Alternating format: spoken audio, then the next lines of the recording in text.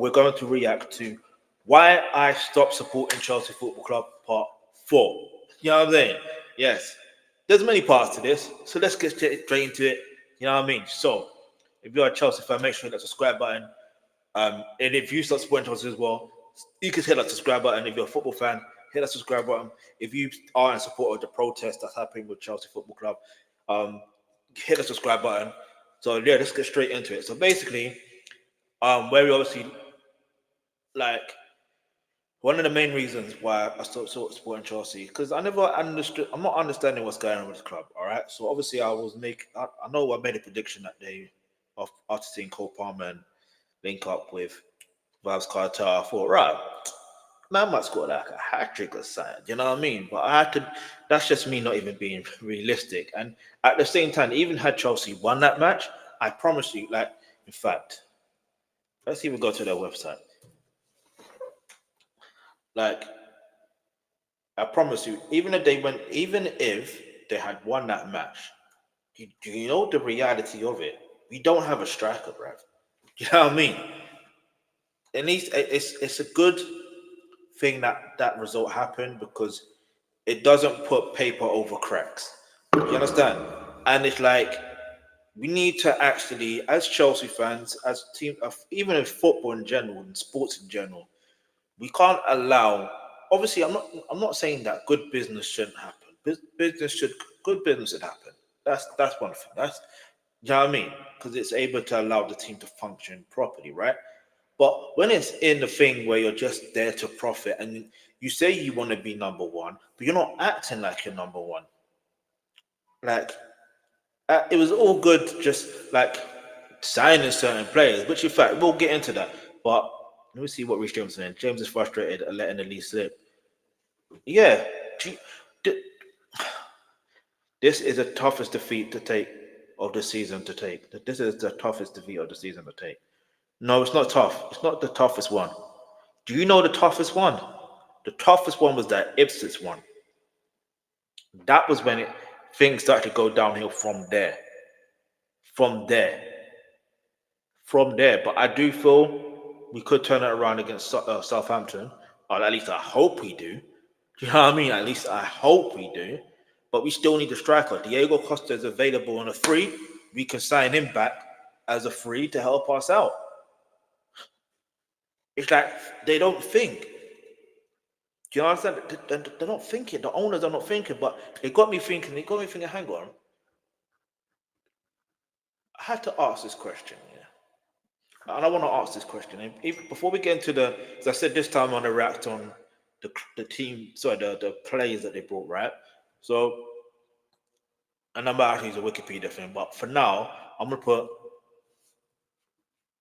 who is responsible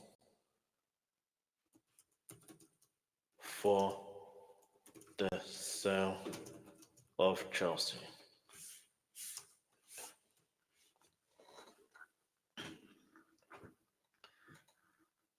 So it says Roman sold Chelsea for the football club, but the thing is,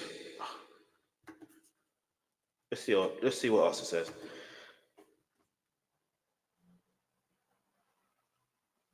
No, hang on. No, that's not the question I was going to ask. The question I was going to ask was, who is responsible for who was responsible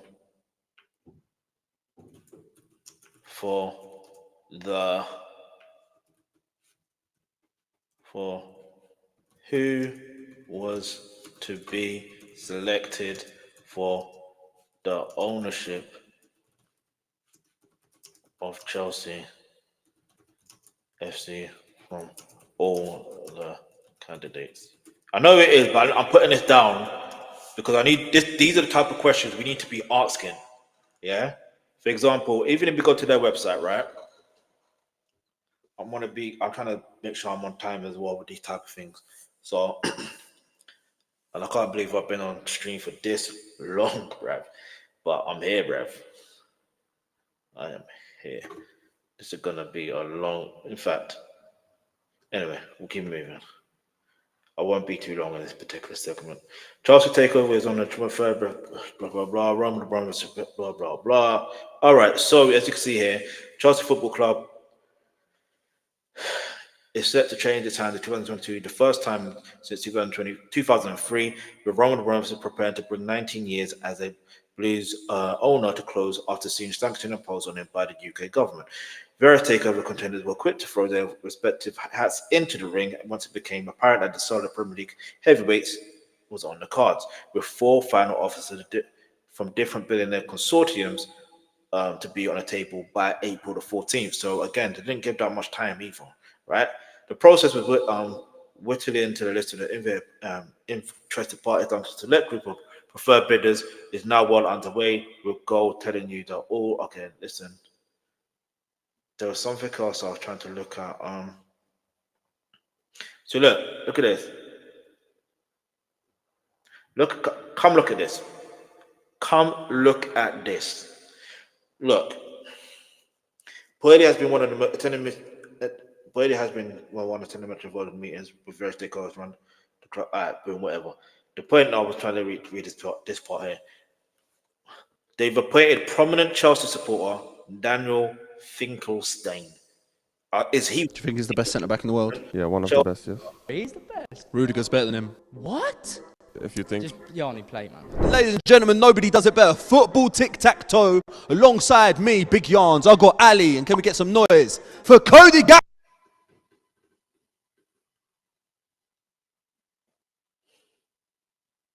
Well, that's disappointing. Wasn't expecting that. I'll be real with you. All right. All right. So here's what we're going to have to do.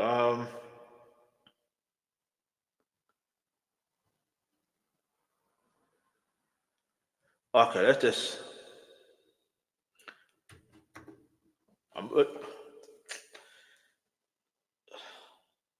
I'm disappointed in that. I'm really disappointed because one of the people involved in the consortium is an alleged Chelsea fan, so he needs to act like it. How you part of the consortium, but you're not acting like it? You can, as a Chelsea fan, you would know the type of players that we would need. You would know that, in fact, it's the manager that deserves to, like, at least if you're going to hire a manager, which we have, like, at least if you hire a manager, they are the ones who are in charge of the players that come and go in terms of they will get played this and that. You know what I mean? Anyway, I want to, all right, posts, hold on. I wonder if they got one for, all right, history of Chelsea. History of Chelsea. There you go. It's right there. Right there. Right there. It's right. That's what we want to go to. Because all right, so I'm just gonna break this down a bit because we need to understand what's going on, right? So this article documents Chelsea Football Club, in an English Association Football team based in Fulham, West London. For a general overview of the club, see Chelsea Football Club. All right, start off by the consortium error. See, now this is a mistake. Excuse me. I mean, no, it's Wikipedia, but at the same time, this is a mistake. He is the face of it, but the person who is behind it all is none other than Behdad Eghbali. He is the one behind it. As you saw in my previous one, part 3, I said, if you look at it, he is the ownership. Like he owns the club. He owns it. Everyone wants to mention blue code this, blue code that, blue code this, blue code that. No, it is Behdad Eghbali who is the owner. Can't tell me any different. He is the owner. Anyway, but we keep it moving. All right, so Chelsea Football Club. All right,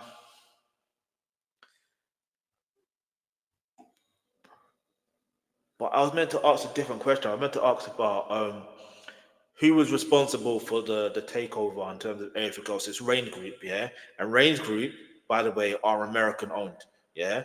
And I was searching right now, but while we're here, I'd rather just go down this nicely, neatly organized, so I can actually go through the go through why I'm no longer a Chelsea supporter.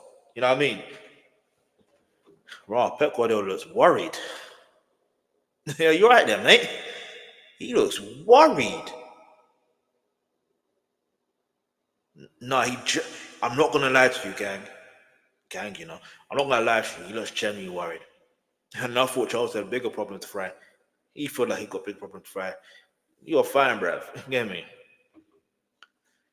All right, so where was he? So, started by the consortium error on 7th of May 2022. Chelsea will confirm that the terms have been agreed for new ownership group led by Todd Boehly, Clearlake Capital, Mark Walter, and Heinsberg was to acquire the club on the 25th of May 2022.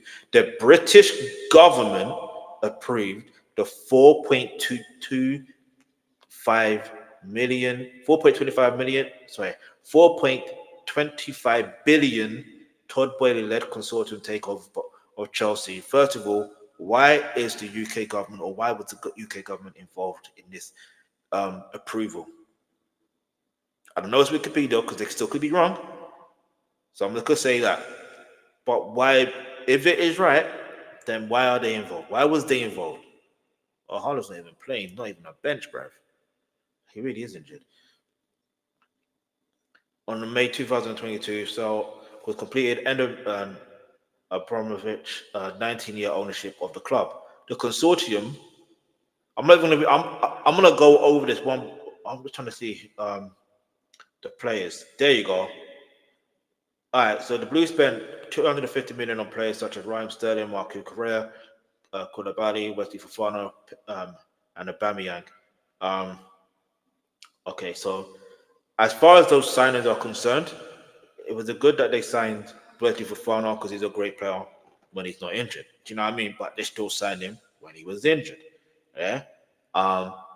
Also, one of the mistakes they made was they sacked Thomas Tuchel early. They sacked him. The report BBC reported an uneasy relationship between Boehly and Tuchel regarding transfer decisions. Do you see what I'm trying to say? This is where the mistake really was made from here. Yeah. If even though we have to accept the ownership if we have to accept that the ownership had to change because of whatever, cool. We accept that, right? But the reality is, if we're talking about this particular ownership, this is the problem here.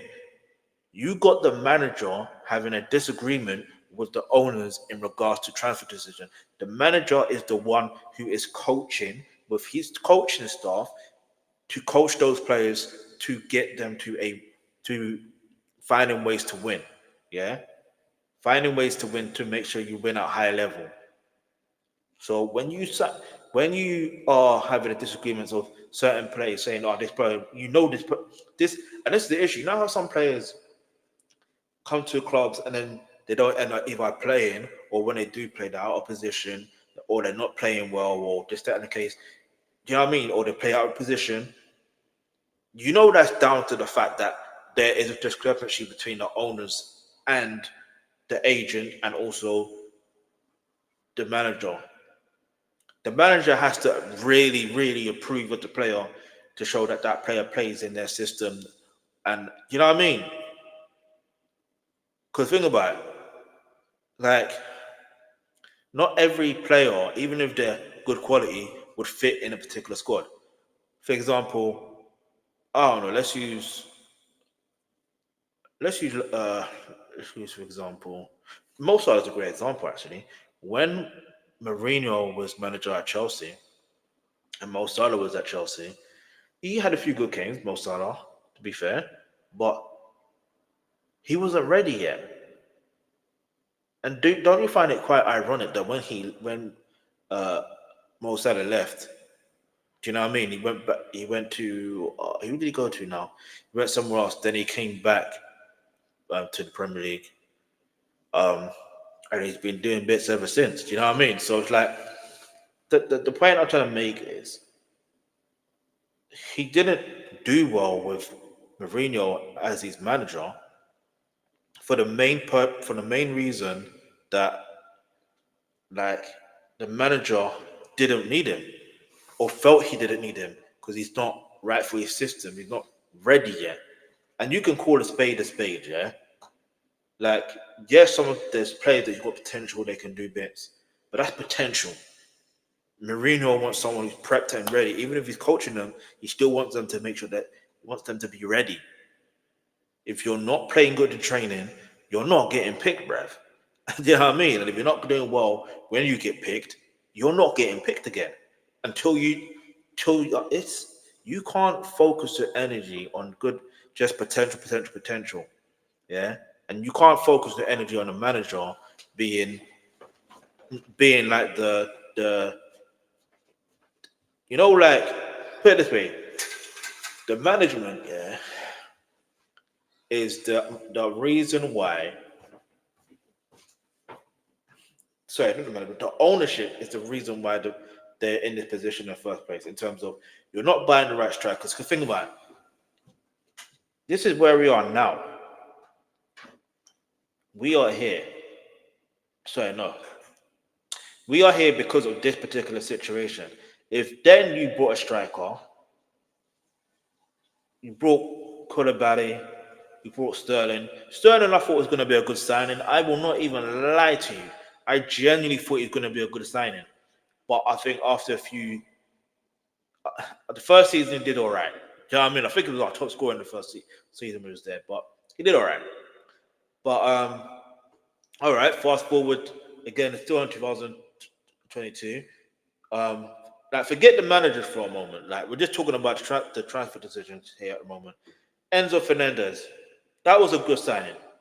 I will not even lie to you. That's a great signing. That's a great signing. No matter what anyone wants to say, that's a great signing. See, they know what they're doing in terms of there's certain players to be like, cool, that's a good signing. I can see why that would happen. But again, the thing is it the manager that wants to sign in, or is it the owners that want to sign in? So I'm like, if the owners want to sign in, you pick the players, you be the manager, you give the tactics, you do that. Let's see how you do. You know what I mean? Let's see how you do. All right. So, and mind you, so that's that, right? The Pochettino era and the Maresca era. Like, I'm gonna dive into it a lot more in terms of the transfers properly in the next one because I need to talk about something else. But like, I just feel as though we're in this predicament mainly because the owners want a puppet. That's as simple as it gets. Do you understand? That's the reason why I don't support Chelsea Football Club right now. You know what I mean? Well, I kind of still do, but I don't, if that makes any sense. But like, because it's once the blue, always the blue. But it's like, the reality is, now people may say, in regards to the protests, in fact, let's see. What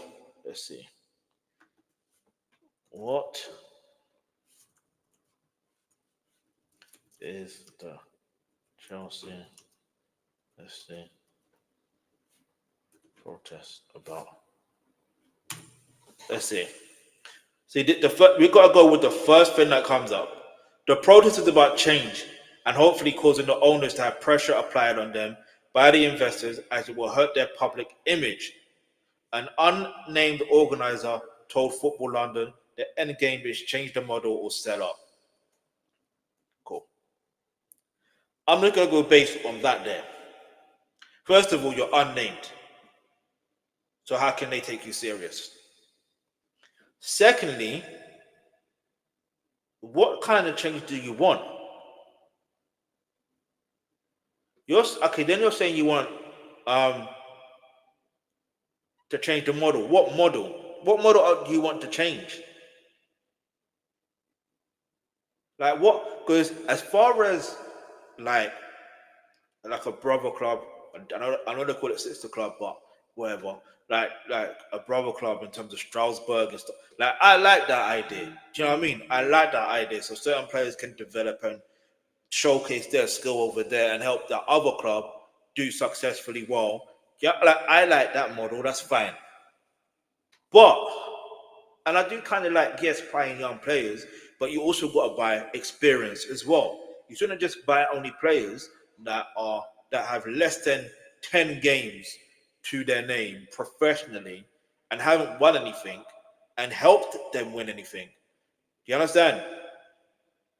Like you have to pick players that have experience, that have the desire to want to win, that really want to play for Chelsea Football Club. And they need to have an agent that's not greedy either, which is going to be a bit techy still, but they need an agent that's not going to be greedy. Because some agents will go to clubs, from club to club, to try to maximize as much money they can get from their client, aka the football players from different clubs. It is what it is. George Mendes. But anyway, no, on all seriousness though, like when it comes to certain things like that, if you got to focus on what needs to change. Personally, because of the way that Chelsea Football Club was sold, it needs to be given back to Roman Abramovich. He shouldn't have had to sell the club. The only time he needed to sell the club is when he feels he no longer wants to be an owner of the club. That's fair enough. You know what I mean? Or if it's a case where he has to sell up because of the club's going into administration or something like that. I don't know. The same way that Chelsea got into getting Abramovich as the owner in the first place is because Chelsea were about to go into administration or something like that. That's one of the main reasons why Chelsea had to sell the Roman Abramovich, and then the rest is history, as they say. So, if it's that, cool. But if it's a thing where you say, you know what, you need to make sure you buy a striker, you buy a goalkeeper, and I say buy a goalkeeper, but we got Petrovic in the books, we got Kepa Arrizabalaga on the books, we got Penders on the books. He's still a potential, but like, as far as experience concerned, is Kepa Arrizabalaga is probably the best option. Petrovic is the second best option. And I get it. Sometimes you want to play from the back and stuff like that. So maybe Petrovic is the best option, as he clearly proven that he's learning to be more than that. Then, you know what I mean? Like, he's a good shot stopper, but now he's really developing into his own. So that's one thing. Cool. But then also, I do feel like they need to change the model in terms of, yes, you make profit. Cool. That's nice. But at the end of the day, the reality is you cannot hurt players by selling them. And because this is the thing, I don't think they care about their public image. Because if they did, they wouldn't be doing this. I think they care more about the bottom line. That's what they care about. So if it's more geared towards, look, if we don't finish in first in the Premier League, we don't win any trophies, we are not getting any money from sponsors or anything else. And at the end of the day, that hurts the club, that hurts you and your investments, that hurts everyone else. That's why it's best for you to invest in buying a striker that is experienced. There's going to be experienced strikers out there in the summer. Go for them. Get me? In fact, you can make a deal like you did for Christopher and Cuckoo, like months ago. What was it? The year, more than a month ago. But like, I think they made a deal in December, and then they ended up signing him. He was only available for Chelsea in June or whatever. Like, things of that nature. And my thing is, when it comes down to football, yes, it's a sport, but it's also a business. I understand that, but those are the changes that need to be made. And like I said, I don't think they need to sell up. 1-0 Liverpool. Mo Salah. And what did I say about Mo Salah? What did I tell you about Mo Salah? The reason why he's doing good is because he's at a team that works well for him. Even Ake, like, I wish he stayed at Chelsea, and I wish I stayed at Chelsea. The irony of it all. But anyway, that goal was spectacular, man. Anyway, back on point. So look, and this is, in fact, the fact that he scored that goal, yeah, and the way he celebrated is like he's like, how? He himself is like, how did I score that? Nice volley. It's a nice volley. Nice volley.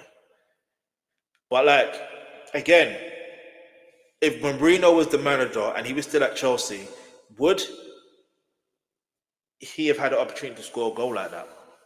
Who knows? Who knows? Who knows? Man, that rude hood, aka Nathan Ake's son. Nathan Ake, no, Nathan Ake's son. I mean, man, like Nathan Ake, aka Rude Hood's son, eh? And they both used to play for Chelsea, funny enough. Anyway, we get all that. And it's funny, see, I'm saying all this, yeah. It's funny because it's like you look at life, and it's like life is interesting, man. But the point I'm trying to make is when it comes down to football, it's a business. But at the same time, the business that you need, if you want to be number one, then you have to literally have the number one manager. You have to have the number one players. You have to have the number one mentality, and it has to show throughout from start to finish. Like you can't because from what's happening with the club, it's like from the first half there, and it's so ironic. Yeah, the first half we were doing quite well. You know what I mean? And first of this season, 2024 to 2025 season, we're doing quite well. Second half, we have just fallen off. You know what I mean? But as far as the protest is concerned, am I for it? Yeah, am I for it? But I'm only going to really be for it if it's a different mindset. If we can get a petition, like for example, let me show you something. Petition to hold on. Well, here you go. How does it work again?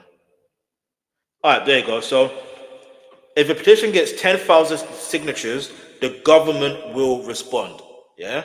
So obviously, this is the UK government, and this is what I feel needs to happen. Yeah. We come together and we focus on what needs to happen. What I genuinely feel needs to happen is not that they need to sell up. They just need to give Chelsea Football Club back to Roman Abramovich. That's what they need to do. He needs to get back into full ownership. And then if his son wants to take, it needs to be a thing of if his son can really do the business handling, you know what I mean, in the UK and stuff like that, then he can do it because he's a Chelsea fan as well. So that's what needs to happen. If he needs to do negotiations in terms of players coming to the club to sign contracts and this, that, and the third, then his son can be doing that. Marina could come back too. Get me? But and as far as the medical department, again, that needs to change up as well. But like, this is what my thoughts are. Let me know what your thoughts are in the comment section below, because that's the only way that Chelsea can get back to their best. That's the reality. Unless it's just a thing of Chelsea are just going to be that club where, at the end of the day, they're using our name, our image. They're ruining our public image. They don't care about. It's not that to say that they care about their public image. No, they don't care about their image. It's a case of maybe they do care about image, but they don't care about. They care about the Chelsea Football Club image because then it's going to ruin reputation if they don't get certain deals done, and they're clearly using it as leverage for other businesses. That's what they're doing, clearly. And I'm not even just talking. I'm not even just talking about like, for example, yeah. Let me show you something. Why was Rain Group? Just put it this way. I'm going to type it that way. Rain Group was involved with Chelsea Football Club because they were hired as a merchant bank to manage the sale of the club when its previous owner, Romovich, decided to sell. He didn't decide to sell. Despite the actions that have been taken, he didn't decide to sell. He had no other choice but to sell. He was forced. So if there's a way to contact these people or put them in the petition to get the club back to Roman Abramovich, then so be it. That's the only thing that needs to happen. The only thing that needs to happen. Do we still need a striker? Yes, we do. Do you know what I mean? But there's literally, I just feel like, I don't explain it. You can tell that these owners we need a striker, but then they will probably go for someone like Liam Delap. You know what I'm saying? No, we don't need Liam Delap. We need someone like Victor Osimhen or Victor Chikoris. And the funny thing is, it's not just me who thinks this. It's all, like I've said it before in a YouTube short or whatever. Like I said it before. We need a Victor Boniface, Victor Chikoris, Victor Osimhen, one of the Victors, and we'll be victorious. In fact, I would prefer Victor Osimhen just because he has that leadership quality about him. He has that winning mentality about him. He will motivate the players. He reminds me of Didier Drogba. I don't even want to make that comparison either, but I'm just saying he reminds me of the time of Didier Drogba where you can just tell, I think Frank Lampard was saying and John Terry was saying in an interview that in the dressing room, you can literally feel his aura, no Diddy. Like you can tell when Didier Drogba's in the room. That's the type of energy that Victor Osimhen clearly has. But as far as leadership on the field, like I can see it. And when I see it, I'm like, he's a perfect fit for Chelsea. That's what Chelsea are missing. It's all good having Reece James back, but yes, he's a captain, but he can only lead from the back. And I get it. Yeah, John Terry was a captain. He was a defender as well. And he would lead them back from the back as well. But we had a leadership in the back as a goalkeeper, leadership as a defender, leadership as a midfielder in Frank Lampard, and leadership as an attacker, as you know what I mean, as a forward in Didier Drogba. And you know what's even more interesting about that? I remember there was a time when Chelsea had captains, international captains, in their first team. We need to get back to that, and they all had experience. Chelsea international. Hold on. Captains list. Yeah, hold on.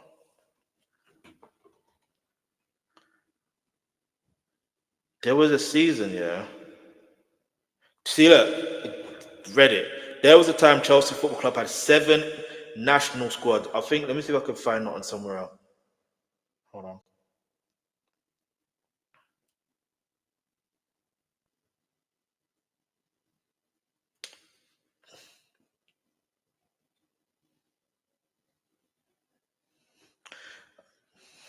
You know what? What year was it?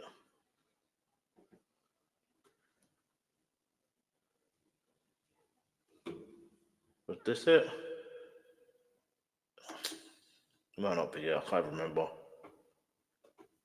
Either way, look, you get you get the point I'm trying to make. There was literally a time where we had a captain that was captain for England, captain for I think Germany. I think that was Michael Ballack. Captain for like Ivory Coast, which is Didier Drogba at that time. I think it was.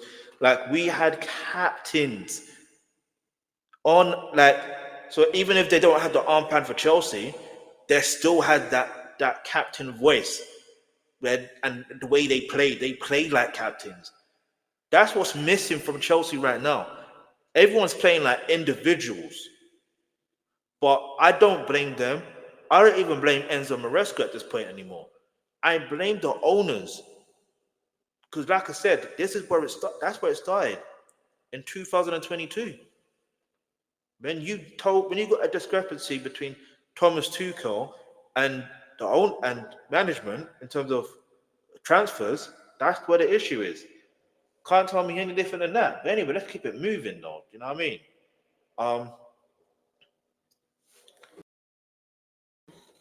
Like there's more I want to say. Obviously, I want to talk about the transfers, but I just realized there's no point in me talking about each particular only because it doesn't matter about the transfers. It matters about the ownership. Do you know what I mean? And what led to where we are. And that's exactly what led to where we are. But anyway,